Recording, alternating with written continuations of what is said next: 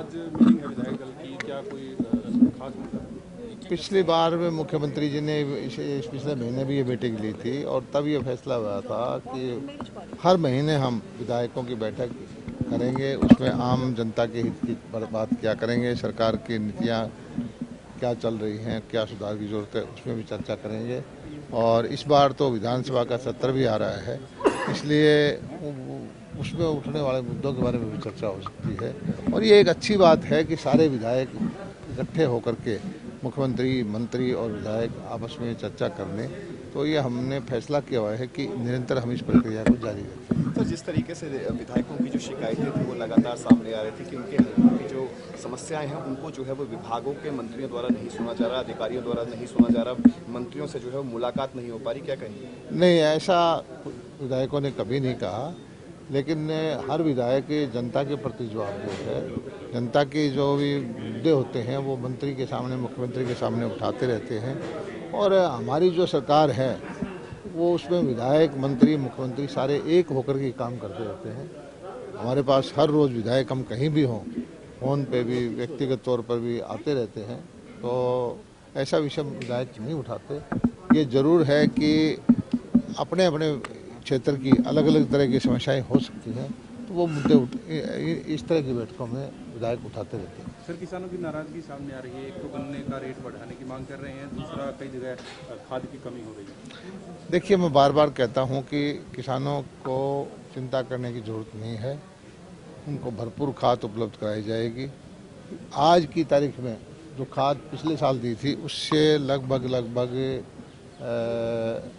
60,000 metric ton, 12-13 lakh बोरियां ज़्यादा दे चुके हैं।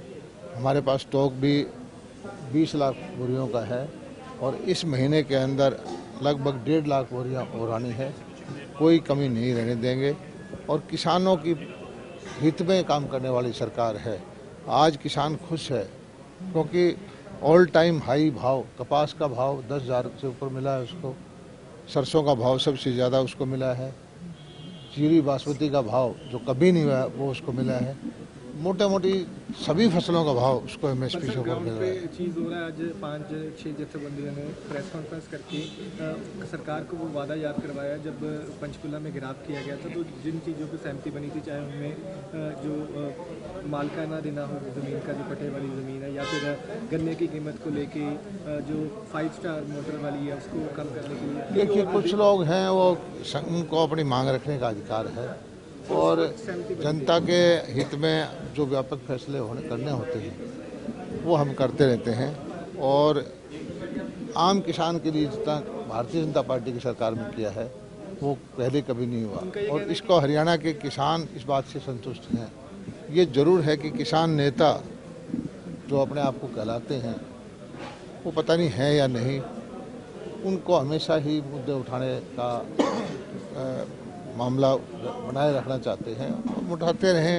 जो जनहित के मुद्दे होंगे उसको हम स्वीकार करेंगे, लागू भी करेंगे। सर, अरविंद शर्मा ने कहा है कि अगला मुख्यमंत्री ब्राह्मण समाज से होना चाहिए, आप इसको किस तरीके से देखते हैं? देखिए, उन्होंने क्या कहा क्या नहीं कहा, अभी तो मुख्यमंत्री जी मनोहर लाल हैं और मुख्यमंत्री का बनाने का फैसला हमारी केंद्रीय नेतृत्व या विधायक करते हैं।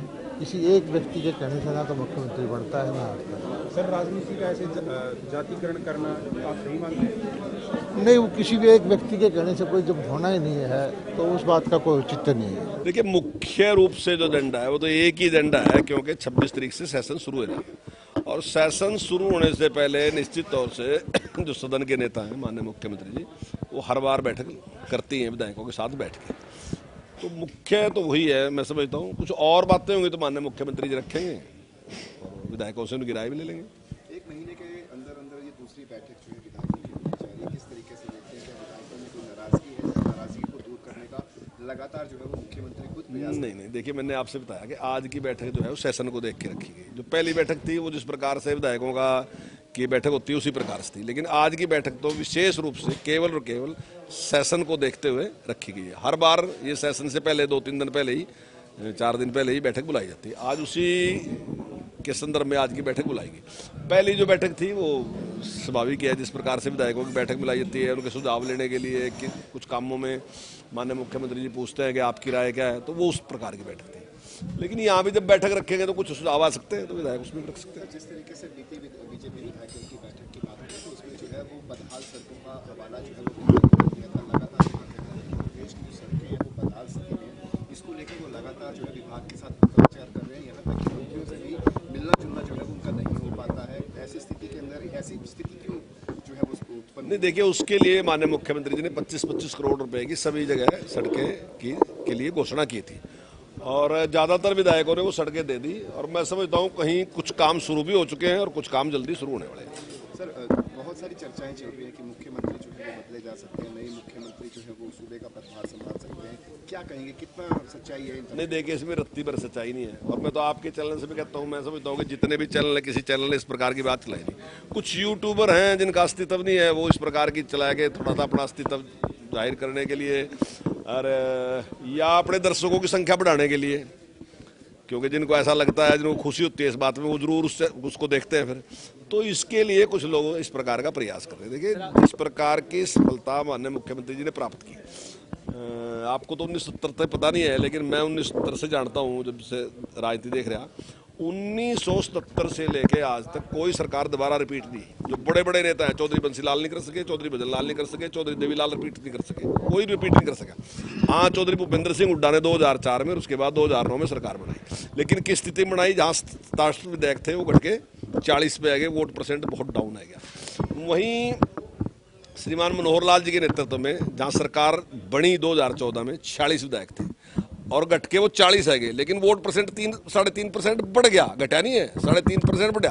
ठीक है, वो विधायक घट गए लेकिन 3.5% वोट बढ़ा। तो एक ऐसा पॉपुलर व्यक्ति जिसकी इतनी पॉपुलरिटी है जनता में, और जनता में आप कहीं भी चले जाओ पूरे हरियाणा में, कोई आदमी आपको ये कहने वाला नहीं मिलेगा कि मुख्यमंत्री जी किसी के साथ भेदभाव कर रहे हैं, ना ही रोजगार में, ना ही डेवलपमेंट में। तो हर जगह जिस प्रकार से आज हर आदमी को उसके घर बैठे बैठे मिल रहा। अगर आयुष्मान कार्ड बनेगा तो किसी को उसके लिए रिक्वेस्ट करने की जरूरत नहीं है, उसके घर जा रहा। पीला कार्ड बनेगा उसके घर जाएगा, पेंशन देगी तो उसके घर बैठे बैठाए लगेगी। तो जो सरकार इस प्रकार से काम कर रही हो और इतनी लोकप्रिय हो तो कोई क्यों बदलेगा उसको? मैं नहीं समझता इसमें कहीं भी कोई दम है। करनाल के अंदर जो परशुराम का आयोजित किया गया था उसमें खुद बीजेपी के वरिष्ठ नेता अरविंद शर्मा ने कहा कि अगला मुख्यमंत्री जो है वो ब्राह्मण समुदाय। देखिए कोई भी कुछ भी कह सकता है, जो मुख्यमंत्री होता है वो किसी समुदाय से या किसी से नहीं होता। जो लोकप्रिय होता है, जो भी पार्टी का नेता होता है, वो कोई भी हो सकता है, वो ब्राह्मण भी हो सकता है, वो पंजाबी भी हो सकता है, वो जाट भी हो सकता है, कोई भी हो सकता है। उसमें कोई दो राय नहीं, कोई भी उसका बन सकता है। जो भी पार्टी निर्णय करेगी, जो भी विधायक निर्णय करेंगे वो बन सकता है, उसमें क्या दो राय। आज 5 किसान जथेबंदियों की हरियाणा की प्रेस वार्ता की, जिनमें जो मुख्यमंत्री का गिराव किया था तब बैठक हुई थी, कुछ मांगे थी उनकी, जिनको सरकार ने कहा था कि आने वाले जो सेशन में वो पूरा करेंगे, जिनमें मालकाना हक देने वाली या फिर जो 5 स्टार ट्यूबवेल वाली या फिर और जो मसले थे गन्ने की कीमत को लेके, वो सारे मसलों को लेके उन्होंने कहा कि सरकार हमारी जो बात पे सहमति बनी थी वो जरूर मान ले, वरना हम आंदोलन। देखिए जहाँ तक गन्ने की कीमत का है, मैं समझता हूँ तो 1-2 दिन में शायद मुख्यमंत्री जी के जल्दी उसकी घोषणा उसकी कर देंगे। अब मालकाना हक किस प्रकार से आप उसमें जो श्यामलात वाली थी उसकी बात कर रहे हैं? नहीं, जो दूसरी पटे वाली या और नहीं, देखिए पट्टे पे जो जमीनें थी उसके बारे में अगर किसी ने सबसे पहले एक विचार किया तो माननीय मुख्यमंत्री जी हैं, जिन्होंने सबसे पहले उसके बारे में विचार किया। और आज तक मैं नहीं समझता कि हरियाणा में किसी ने भी इस प्रकार की बात शुरू की। शुरुआत ही उसकी करने वाले माननीय मुख्यमंत्री जी हैं, तो निश्चित तौर से उस पर विचार कर रहे हैं कि क्या हम उसमें कर सकते हैं। आज ये भी एक बात रखी गई कि जो पुरानी गाड़ियों को लेके जो कानून बन रहा है, तो उनका कहना है कि हमारे पास जो मशीनरी है वो कई साल पुरानी है, अगर वो बंद हो जाएगी तो हमारी खेती कैसे चलेगी। और जो साधारण छोटा किसान है वो नए जो अपने ट्रैक्टर है या कोई और व्हीकल है, कमर्शियल व्हीकल कारें हैं, वो कैसे ले पाएंगे?